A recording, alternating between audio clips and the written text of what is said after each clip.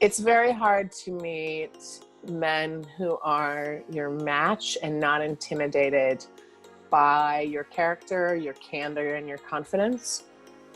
And the ones that you do sometimes can almost fall into a category of fandom. Welcome back to the second part of Savannah's episode. If you thought the first part was good, well, buckle up, take a sip of wine, not at the same time, don't drink and drive, but this episode is just as good.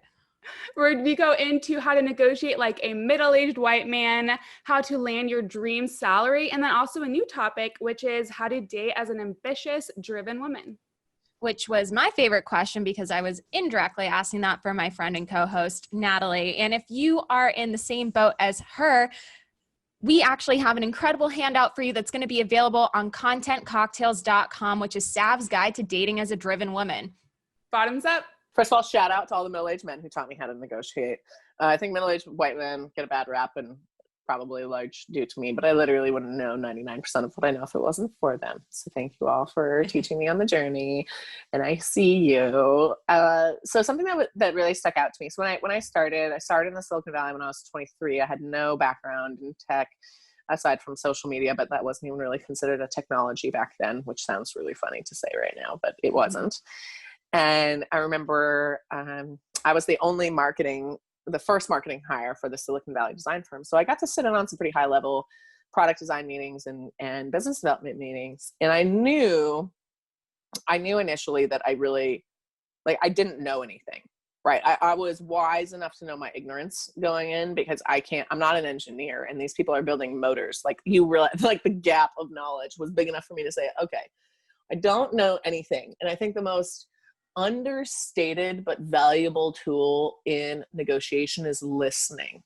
I was always the only bitch in the boardroom in all of these hardware manufacturing meetings. I mean, come on, this is early aughts in the Silicon Valley. It's just a bunch of dudes making stuff and it's awesome. And I'm really lucky that I was there.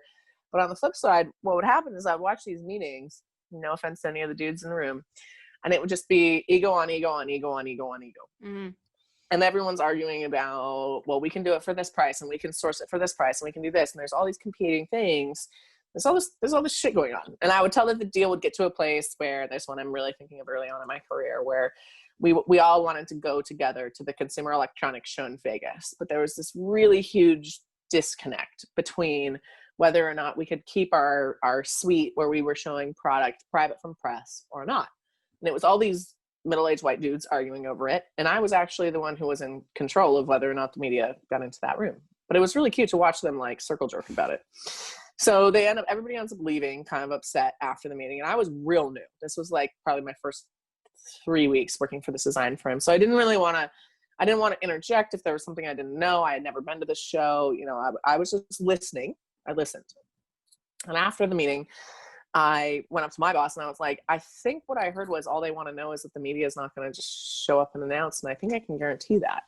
And he's like, oh, well, I don't know that we should work with them. And he was all sassy about it. He's like, they're not willing to show, you know. And I was like, hold on.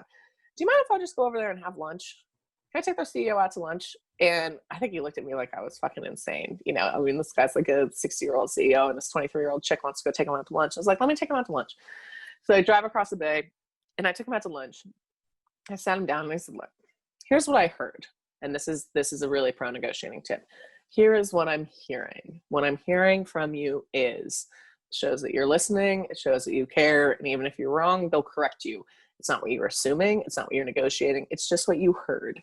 What I'm hearing from you is you'd be really excited to work with us, but you're a little nervous about unexpected publicity when you're not ready for your public debut.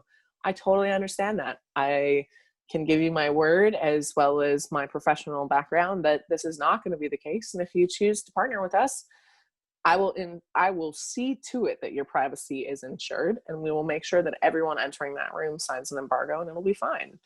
And the guy just looked at me, like literally put down his fork, and he's like, gosh, that's all I needed to hear the other day. Yeah, Savannah, we would love to work together. And we ended up having a very lucrative, both companies had a 6-figure, almost 7-figure show in a 3-day show. And we had a lovely time. The differentiation was my boss was like, fuck, what did you do? Well, what I did was I listened. And I really figured out what the problem was. The problem was exposure. The problem wasn't any of this other crap. There were 7 other conversations going on. There was fear of exposure. So identify what that thing is that they're most afraid of or that they most need, and then focus on that. The rest is fluff. Always find the simple thing they want and repeat it back to them. I just closed a deal with a nice publicly traded company, my first pandemic deal recently. And I closed it over, I actually know some of the competitors on the deal. I closed it over them because I told them exactly what they were going to get for exactly what amount of money. And a lot of people try and do a lot of fluff and smoke and mirrors and PowerPoint or whatever else they're doing.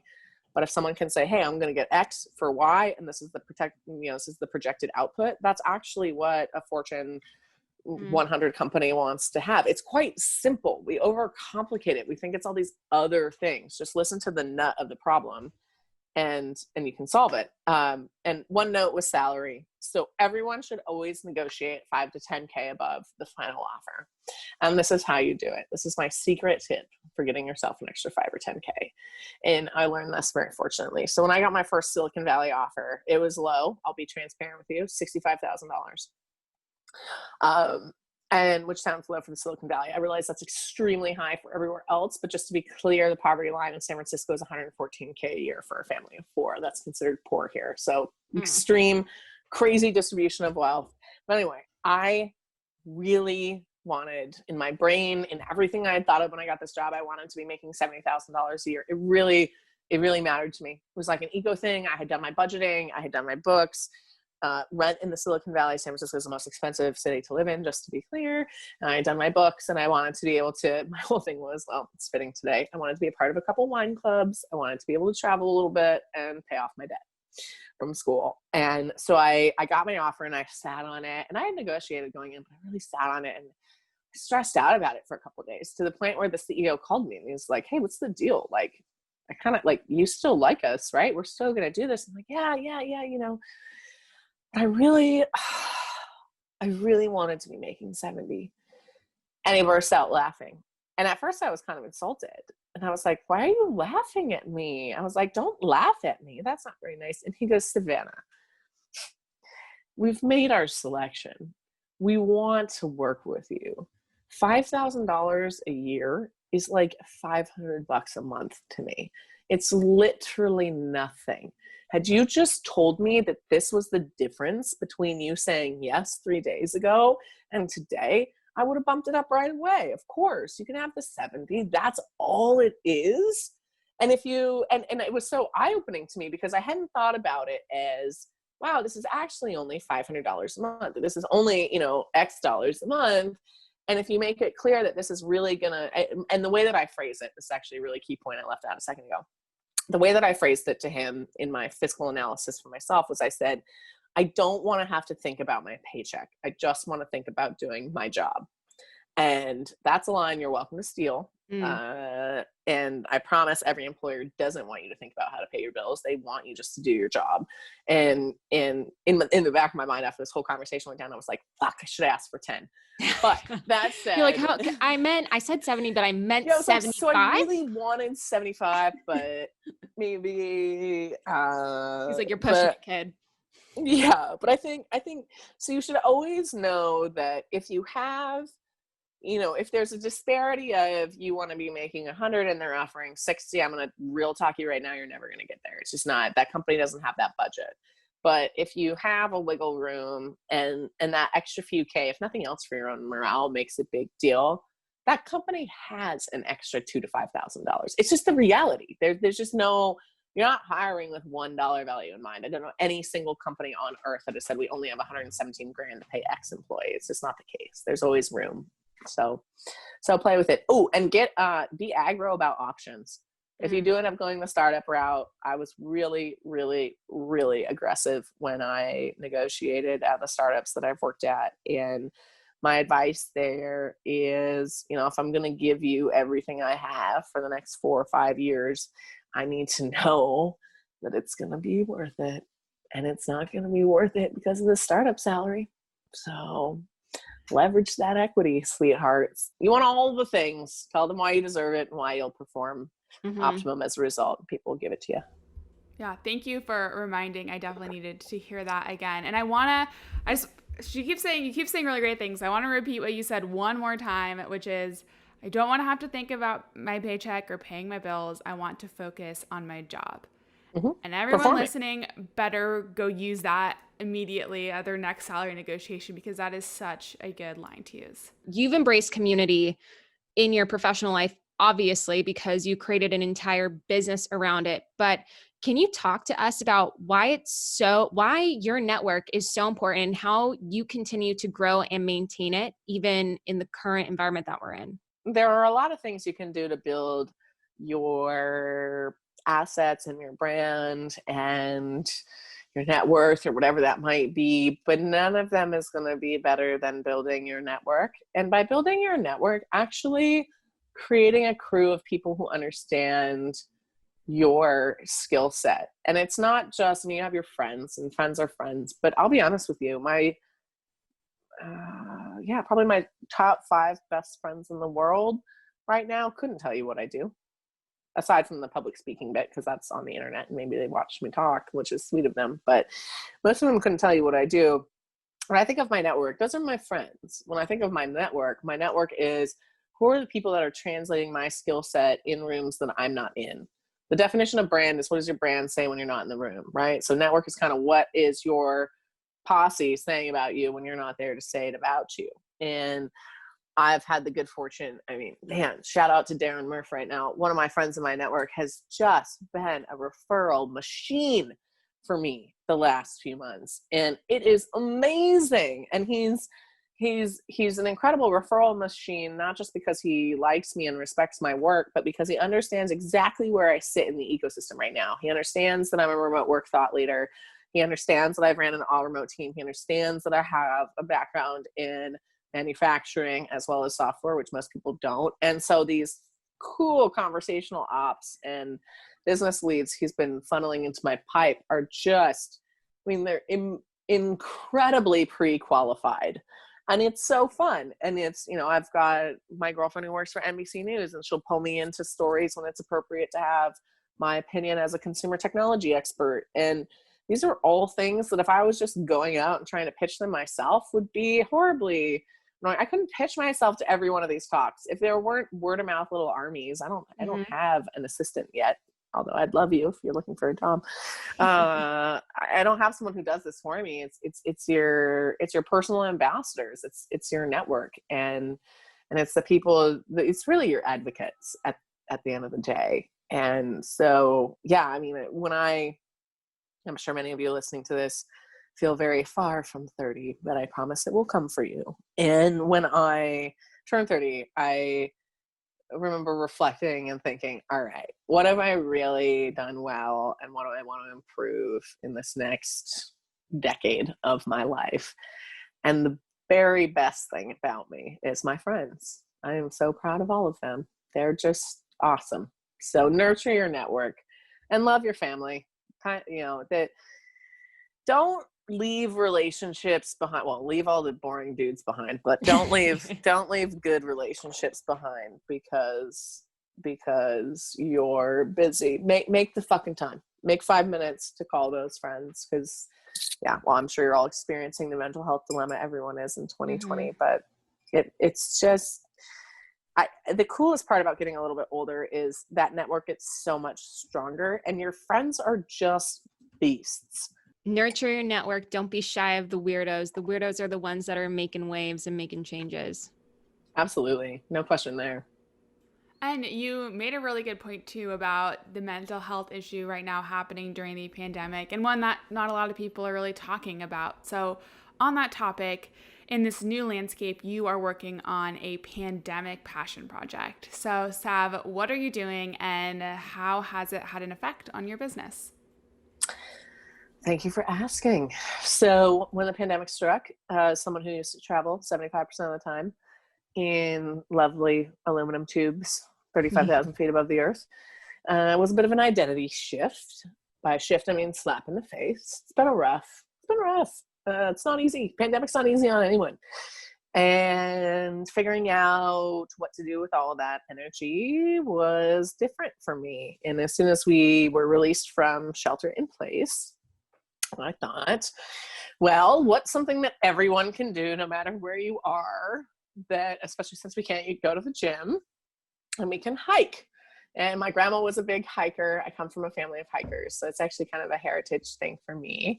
But I launched Summits for Sanity. So I encourage you to check out Summits for Sanity on any of those social platforms. I think of hashtag stuff everywhere, but I have a whole video series on YouTube right now. And I'm trying to hike my way through the national parks. And the idea behind this being, it's a way to safely socially distance. It's a way to still travel. I'm road tripping. I'm not really, and I'm by myself. I'm single and just me in the car and my camera a lot of the time. By camera, I mean my iPhone. So it's pretty lo-fi on a lot of fronts. And it's been a really nice way not only to get outside and to see people of all ages doing things for their mental health. Fitness really matters. We've talked a lot about entrepreneurship and business starting, but I think one of the core things that it took me actually kind of until I got back into my 30s to give a fuck about again appropriately was fitness and wellness. And it is just as important as eating and seeing family and everything. You need to, even if it's 20 minutes a day, get that cardio up, get your body moving. It's amazing what it does for your brain. So I'm making videos, and I would love if you took a virtual road trip with me, got out on the trail and checked out my YouTube at Savvy Millennial, or you're welcome to follow me at Savvy, and there's the whole endeavor going on. But I think honestly, and speaking transparently, since we talked about this, for me, it was really something to do. I didn't know what to do with myself, not having a sense of purpose on stage and on the road. So find something that gets you excited right now. And if you want to go for a hike with me, virtually or literally, by all means, I'd love to see you on the trail. I loved the videos that you've been making. And even the first time we talked, you're like, yeah, I'm going off grid for a while. Talk to you in like 2 weeks, maybe. I was just naked in Montana, some rednecks, had the best time of my life. And I was like, oh, we're going to get along for sure. But I appreciate it. Yeah. This may be my most favorite question that we ask you during this podcast. And it's because my dear partner, Natalie, is also single AF. And thank you for announcing it. Natalie is single. All the boys listening to this women-only podcast, hit her up. You never know what hotties they know. What's exactly. True. Someone has a brother or a cousin, hot cousin or hot dad. I don't know. Okay, I took it too far. Whatever.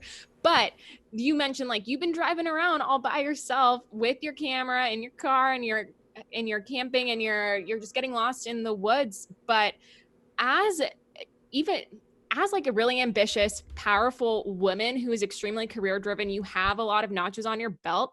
How do you navigate dating life? I'm literally asking for a friend. She's right here. It's Natalie. I'm eagerly listening. Oh, all right. Beautiful women. I'll be honest with you. It's not easy. It's one of the more uniquely and intimately challenging things of my personal existence has been navigating dating. And in transparency, I've broken 99 more hearts than have broken mine, and holy shit was the one that broke mine pretty vicious. But it's very hard to meet men who are your match and not intimidated by your character, your candor, and your confidence. And the ones that you do sometimes can almost fall into a category of fandom. So I've dated a lot of men who were really nice and super different and not as ambitious as me, but so painfully sweet. It didn't make sense not to date them. And in the end of the day, they're never going to keep up. And I've dated a lot of men who maybe had a really, strong and respectable career, but saw what I did as this almost like ethereal, oh my gosh, I don't even know how you do that. You're in a totally different world sort of thing. And it almost made them fans versus allies. And what I want, hello, Mr. Red, if you're listening, or if your sister's listening, thanks for tuning in, is a co-pilot. And I've been pretty single the last few years, kind of intentionally. And my advice to you would be to have as many iterations and prototypes as you can before you get here. Because the longer you stay in a relationship that you're not 100% sure of, or that you just absolutely couldn't live without, those are days you're not potentially meeting your real partner. And the love affairs and the beautiful moments that I've had, I call them my unicorns. The times I've had with my unicorns, who are the people who remind you what you're worth, who maybe aren't your permanent life fit due to geography or time, but show you that magic and make you feel like the fucking queen that you are. And actually another one of my friends, as I was summiting Mount Lassen by myself in the pinnacles, or up in Mount Lassen Volcanic National Park a couple weeks ago, he was like, damn, I can't wait to meet the man who keeps up with you. And so I'm not going to sit here and tell you that it's easy. Dating, actually, formally dating, is very hard if you're a road warrior. I would say that's been the hardest part of my dating, is I'm never anywhere for very long. So I end up dating long distance, whether that's even at home or in a different country. But I will say I've met some extraordinarily beautiful and special souls by pushing myself to be the forest nymph and stage presence that I am. And I wouldn't trade any of those moments. Like, if there's anything I'm going to write in the next 2 years, it'll be the millennial dating book, because as much as I'm single and sitting here talking to you, quote unquote, alone, my life has been full of a lot of love, and it's been full of a lot of very unconventional intimacy. And I think that, yeah, I mean, if you find your person and you're happy, date that person and give all of that to your person. But if you're wondering right now, listening to this, if your person is your person, if there's a question in your mind, go and see and do. Because I think when you know, you'll know, and that's what everyone says. And I've had a couple of fleeting moments where I thought that, but oh gosh, there's just so much for the world to show you. And if I end up single for the rest of my life, I will actually live a really fucking fabulous life, because I can tell you a secret. If you get over that public speaking fear, everybody loves teacher. And speaking can be very fun. The road can be very fun. You can meet a lot of interesting characters. Not that everyone who speaks cheats on their wives, but if you're single, you know, hey, there's a lot out there.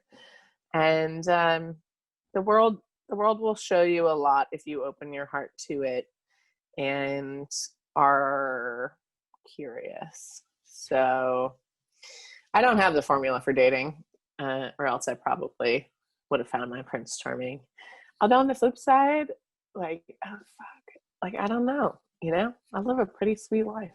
And I think people who tell you that your happiness and success are defined by whether you have a partner and a house and kids by 27, respectfully, are fucking full of shit.